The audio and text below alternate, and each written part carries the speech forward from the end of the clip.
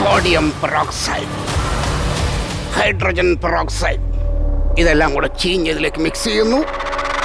ചീഞ്ഞ പച്ചക്കറിയിൽ മിക്സ് ചെയ്ത് ഇതാക്കുന്നു. എന്റെ ദൈവമേ, സതീശൻ എന്ന് പറയുന്ന ഈ ശാസ്ത്രജ്ഞൻ ഈ ഭൂമിയിൽ ജനിച്ചില്ലായിരുന്നെങ്കിൽ ശാസ്ത്രലോകത്തിന് വല്ലാത്ത നഷ്ടമായിരുന്നു.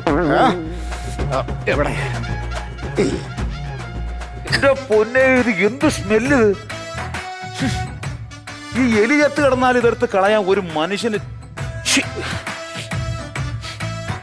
ഓ, ഈ മുറി ആകെ കോലമായ അളിയനെയും പെങ്ങളെ ഏൽപ്പിച്ച് നാറ്റവും. ആ ചുമ്മല്ല അശിയെ ഉള്ള വേസ്റ്റ്. ഇത് വീടാതെ ഡ്രെയിനേജ് സെന്റർ. സിന്ധു, നീ ഒന്നേ, നീ എന്ത് നാറ്റം എന്നറിയാം. അതെ, ഞാൻ ഒരു കാര്യം പറയാം. നീ ഫോണും കളിച്ചോണ്ടിരിക്കുക. നീയും നിന്റെ ഭർത്താവും കൂടെ ഈ വീട് ഇങ്ങനെ നശിപ്പിക്കാൻ ഞാൻ സമ്മതിക്കില്ല.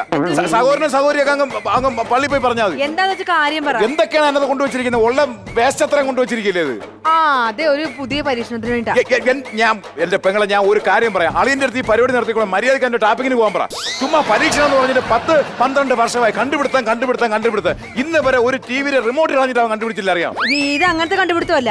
ഈ വേസ്റ്റ് എല്ലാം കൂടെ വെട്ടിയിട്ട് പുഴുങ്ങിയിട്ടേ അതിന്ന് പെട്രോള് കണ്ടുപിടിക്കാൻ പോവാ. ആദ്യം അങ്ങനെയാണെങ്കിൽ നിന്റെ ഭർത്താവിന് വെട്ടിയിട്ട് പുഴുങ്ങണം. അവരാണ് ലോകത്തുള്ള ഏറ്റവും വലിയ വേസ്റ്റ്. ഇത്ര സമയം ഞാൻ ക്ഷമിച്ചു. ആങ്ങളെ നോക്കൂല. എന്റെ വർത്താനം പറഞ്ഞാൽ ഞാൻ നല്ല വർത്താനം പറയാം. ഇത് ശരിയാവില്ല കേട്ടോ. ഇതിങ്ങനെ